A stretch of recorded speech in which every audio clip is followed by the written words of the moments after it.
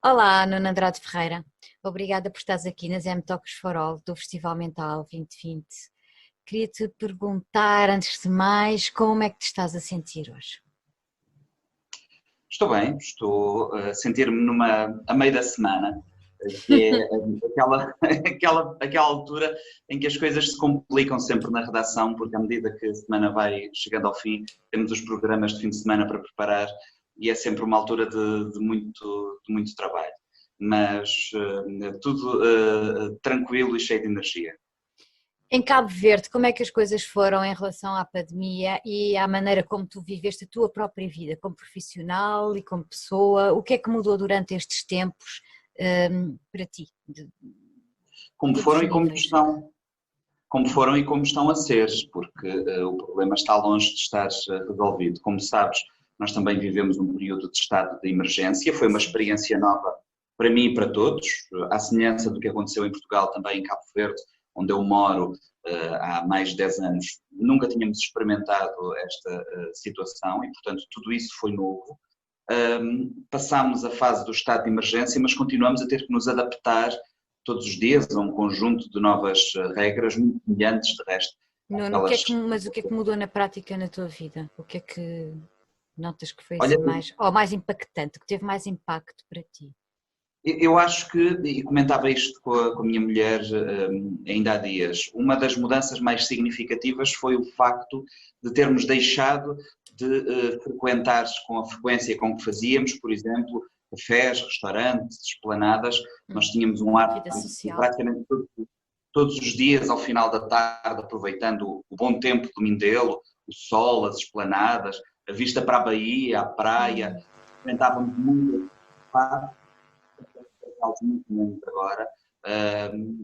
Creio que talvez uma, duas vezes nos últimos meses é que estivemos em qualquer um desses locais e passámos, por exemplo, a ir buscar para comer em casa, num restaurante.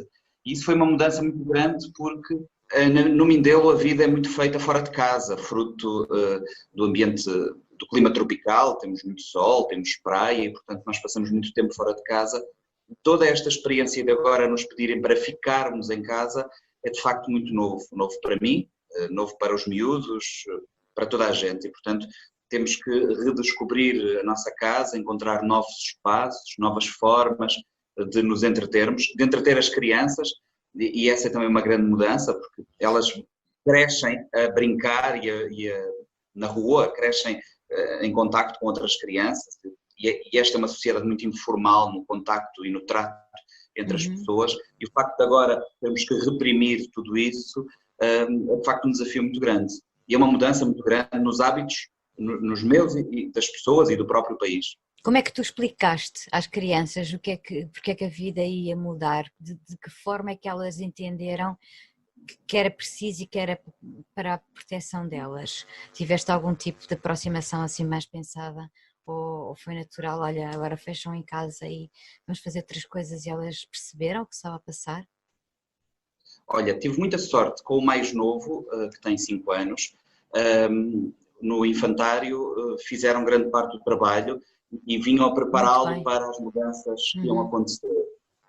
E ele trazia, mesmo nas semanas antes de sermos obrigados a ficar em casa, ele já tinha muita consciência dos problemas relacionados com o coronavírus, dos riscos, dos próprios comportamentos que deveria adotar. E, portanto, desse ponto de vista, parte do trabalho já estava feito. E tens ideia se isso aconteceu assim em todas as escolas ou foi essa em particular que teve uma ação mais positiva? Sei de outros exemplos onde isso aconteceu, mas sei também de outros onde, pelo contrário, o assunto foi evitado e houve até alguma resistência dos professores em responder às perguntas que as crianças tinham. Da nossa parte em casa, Ana, aquilo que nós fizemos foi falar muito abertamente, explicar o que se estava a passar, desde a primeira hora, alertar para os riscos, para os comportamentos que deveríamos ter e rapidamente criar em casa um conjunto de dinâmicas e de rotinas que permitisse que as crianças se mantivessem ocupadas e nós próprios, porque enquanto estamos a trabalhar com elas e estamos com elas a puxar pela nossa imaginação, estamos também a ocupar-nos a nós próprios. E a fazer outras coisas. Em E que a é que fazer te outras coisas. viste? fazer que coisas de outra diferentes. forma não faríamos. Deixa-me dizer-te isto, uma das coisas muito interessantes que aconteceram foi, nós tivemos sempre a preocupação de, quando percebemos que os miúdos iam passar muito tempo em casa, e muito tempo, meses em casa, sem regressar à escola ou infantário, pensámos, temos que adotar aqui uma estratégia que lhes permita, de alguma forma, não perder o ritmo, não é? Sim. Aqui há a semelhança do que aconteceu em Portugal, também houve telescola, embora menos, e começou mais tarde, mas encontramos uma série de atividades em família e pusemos os 3 miúdos, nós temos 3 crianças em idades diferentes e, portanto, isso foi muito interessante, juntar todos à volta da mesa num determinado período do dia e eles ajudarem-se uns aos outros nas suas atividades e do ponto de vista da relação entre os irmãos isso foi muito engraçado. Isso uniu-os, de certeza, e conseguiste manter uma disciplina, tipo, era em determinados dias, horas, faziam assim, era tudo muito organizadinho, como se estivessem efetivamente na escola. Uma disciplina relativa. Criámos o hábito de todos os dias de manhã, numa determinada hora, sentarmos pelo menos durante 1h30, 2 horas, a fazer atividades mais didáticas, mas optámos por não ser uma disciplina demasiado rígida no sentido de horário escolar, porque, atendendo às circunstâncias que todos estávamos a viver, havia dias em que simplesmente estávamos, nós e eles também, com a cabeça mais virada para outro sítio e, portanto, achámos que era preferível não forçar demasiado, mas levá-los a querer ter aquele momento. E acho que, de uma maneira geral, correu muito bem. Isso é uma excelente estratégia. Ela tem de resultar perfeitamente, porque tanto tinha e essa forma mais ligeira de fazer as coisas para que se torne um momento agradável de aprendizagem e tudo isso em vez de ser forçado a estar em casa, forçado a estudar, forçado, não é? Ainda iria ser mais. E o facto de ser entre eles, nós eles. temos 3 crianças em casa, um de 5, outro de 10 e uma adolescente de 15, e portanto eles apoiam-se e criam ali dinâmicas entre eles e também foi interessante por causa disso. E em relação aos pais, como é que foi conseguir juntar ou dividir este espaço entre aquilo que tem que ver com as crianças e com as atividades e a aprendizagem e tentar ajudar e acompanhar o que foi que vocês fizeram? E por outro lado, em relação ao vosso confinamento, tiveram os dois a trabalhar em casa? Não, nós continuamos a trabalhar na redação, por sermos os dois jornalistas e por força das circunstâncias continuamos a sair de casa para vir trabalhar todos os dias, pese embora em horários diferentes daqueles que tínhamos e que continuamos a ter agora, temos horários ainda diferenciados, mas continuamos todos os dias a sair de casa para vir trabalhar, por vezes de forma desencontrada, eu de manhã, a Milo à tarde, mas continuamos a sair de casa por força das... Foram sendo. A tua rotina ou as temáticas enquanto jornalista que tu foste impondo ao longo destes, já lá vão meses, de pandemia, de Covid-19, aí como é que foi? Eu estou a falar porque aquilo que toda a gente ouviu aqui nas nossas M-Talks e toda a gente foi unânime a dizer que o tema foi monotemático, ou seja, só se falava de Covid e nunca do ponto de vista sequer de perceber porque é que o vírus veio, de onde é que veio, nem para o explicar. Era monotemático no sentido de números, estatísticas e ponto, e não se falava de mais nada. Como é que foi aí fazer jornalismo e está a ser nesta altura de Covid-19? Olha, durante os primeiros meses, tal e qual como aí, ou durante as primeiras semanas, especialmente durante o período de confinamento e de estado de emergência, não se falava absolutamente de mais nada e tínhamos de facto uma cobertura muito presa aos números, às novas infecções, às medidas que o governo ia tomando.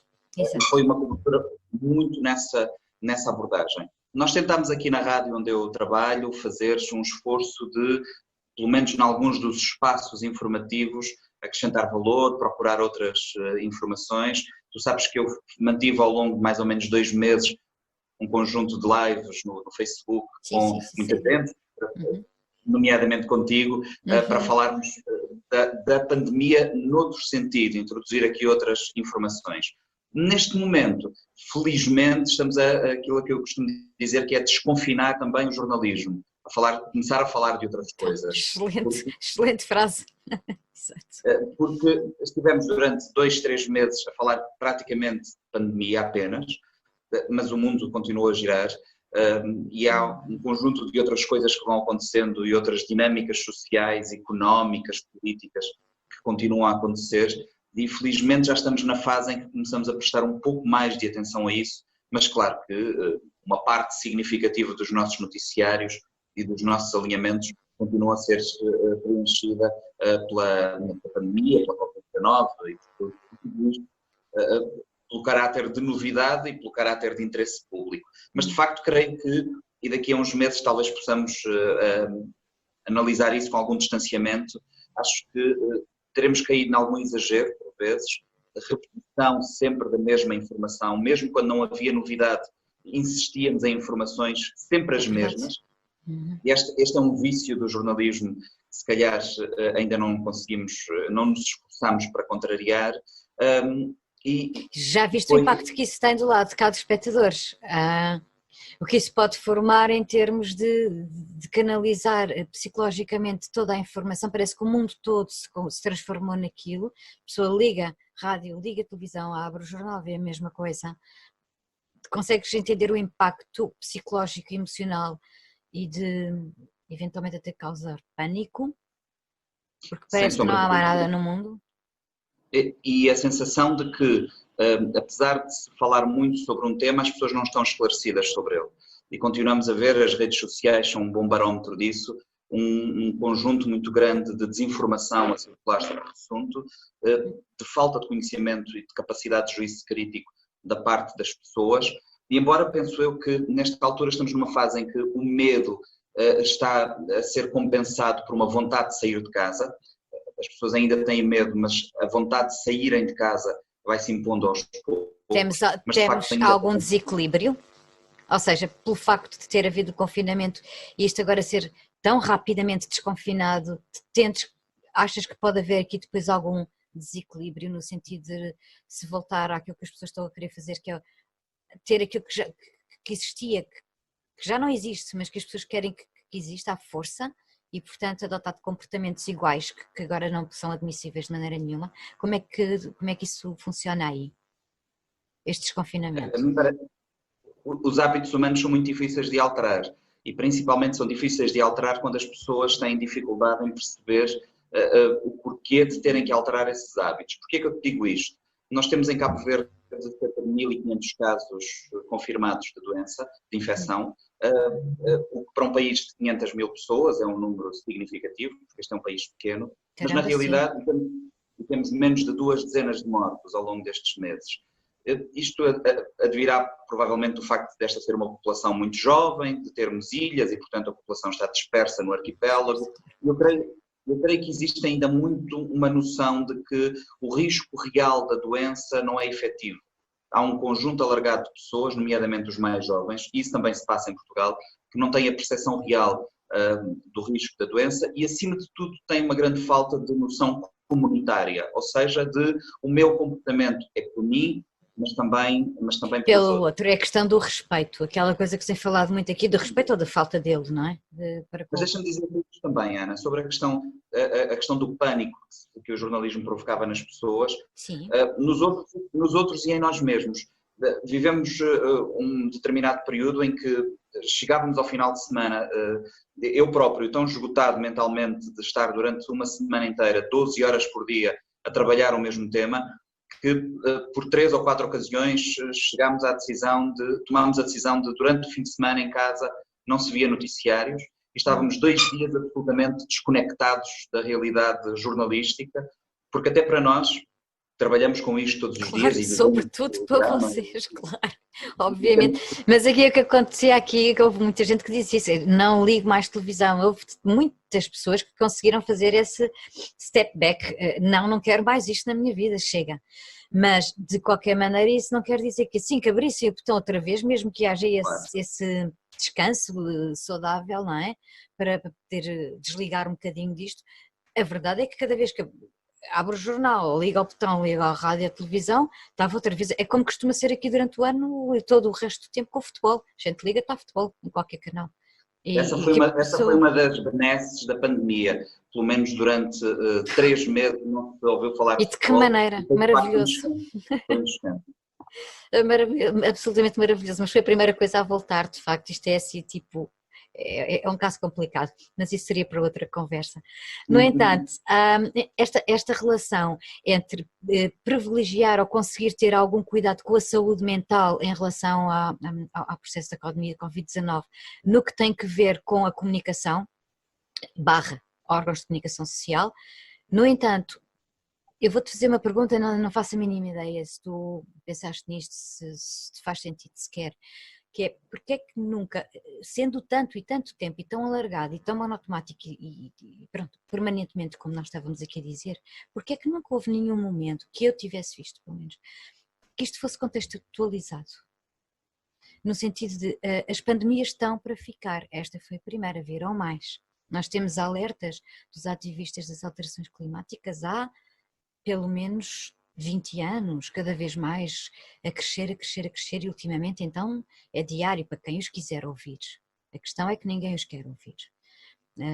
Por mais que eles tentem e tentem e tentem, e depois vão tendo problemas eles próprios de saúde mental por causa da absoluta impotência face à comunicação social, de passar as imagens das certezas e dos estudos que já existem e que não passam na comunicação social, onde já vem escrito que as pandemias vão acontecer. Ora, se já estava toda a gente, quem queria, alertado, porque é que este contexto, quando se falou tanto de Covid e de pandemia, nunca jamais foi feito, que eu tenha conhecimento, obviamente, não é? Que eu tenho que ter a minha humildade de dizer, eu não sei tudo, não ouvi tudo, não li tudo, com certeza. Mas aqui, pelo menos, eu nunca senti a ver esta ponte que seria, se calhar, a coisa mais saudável que se podia fazer nisto tudo, que é explicar porquê, para fazer aquilo que tu estavas a dizer há bocado, mudar comportamentos. Não podemos continuar como estávamos. Porquê que terá acontecido, ou não terá acontecido isto? Sim, foi feito de forma muito episódica, não é? Ocasionalmente tínhamos a sorte de encontrar algum artigo que dava um pouco mais de profundidade a nível Só vi no do The Guardian, o único que fez bastante isso. Mas o The Guardian, no New York Times, a imprensa internacional, o público tentou fazer algumas vezes, mas eu acho que isto tudo denota um problema maior, que é um dos grandes problemas do jornalismo hoje em dia, que é muito episódico e vive muito no momento. E tem uma grande dificuldade na contextualização. E o jornalismo é isto hoje em dia, é a dificuldade de contextualizar a realidade. E esta pandemia...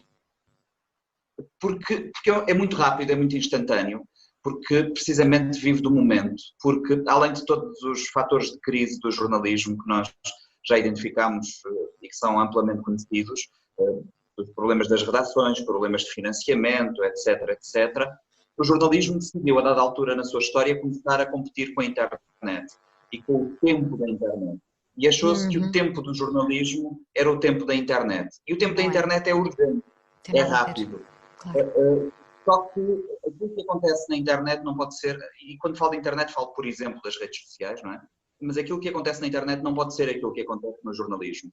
O jornalismo, num contexto como o atual, em que a informação está disponível para todos em todo o lado, nós já não precisamos do jornalismo para aceder à informação, o jornalismo tem que reivindicar um outro papel e uma outra missão, que é o papel de contextualizar a realidade. Não de aceder à informação ou não de disponibilizar a informação, mas de contextualizar a informação. Tem outro papel que, do ponto de vista, não deve competir com a net, deve deixar esse caminho e passar a fazer isso, contextualizar as coisas e ser outra coisa. Ao fim e ao cabo, ser jornalismo, não é? Sempre foi isso. Uma coisa tão simples, Ana, como descodificar a realidade. Ela é tão complexa e nós precisamos do jornalismo para descodificar a realidade e ele tem tido muita dificuldade em fazê-lo. Mas sobre aquilo que tu me estavas a dizer de porque é que nós ignorámos que vinham aí pandemias.